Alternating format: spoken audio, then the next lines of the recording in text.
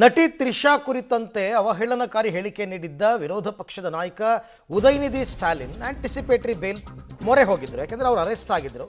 ಈಗ ಅವರ ಬಿಡುಗಡೆಗೆ ಮದ್ರಾಸ್ ಹೈಕೋರ್ಟ್ ಸೂಚನೆಯನ್ನು ಕೊಟ್ಟಿದೆ. ವಿಚಾರಣೆ ಮಾಡಿ ತಂಜಾವೂರು ಪೊಲೀಸರು ಅವ್ರನ್ನ ಅರೆಸ್ಟ್ ಮಾಡಿದರು. ವಿಚಾರಣೆ ಮಾಡಿ ಬಿಡುಗಡೆ ಮಾಡಿ ಅಂತಂದ್ಬಿಟ್ಟು ಮದ್ರಾಸ್ ಹೈಕೋರ್ಟ್ ಪೊಲೀಸರಿಗೆ ಸೂಚನೆಯನ್ನು ಕೊಟ್ಟಿರ್ತಕ್ಕಂಥದ್ದು.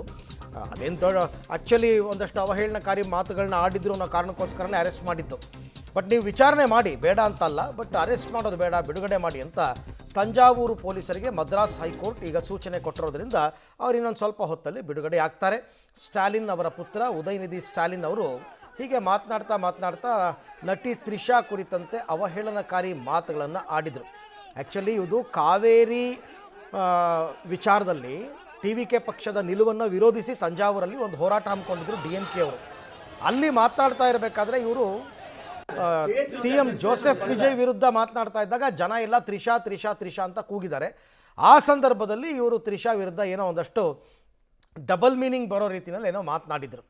ಸೊ ಆ ರೀತಿ ಮಾತನಾಡಿದಾಗ ಖಂಡಿತವಾಗಿ ಅದು ತಂಜಾವೂರು ಪೊಲೀಸರು ಅವ್ರನ್ನ ಅರೆಸ್ಟ್ ಮಾಡಿ ಆ ಸಂದರ್ಭದಲ್ಲಿ ಅವರು ಆಂಟಿಸಿಪೇಟರಿ ಬೇಲ್ಗೆ ಅಪ್ಲೈ ಮಾಡ್ಕೊಂಡಿದ್ರು. ಮದ್ರಾಸ್ ಹೈಕೋರ್ಟ್ ಬಿಡುಗಡೆಗೆ ಸೂಚನೆಯನ್ನು ಕೊಟ್ಟಿದೆ.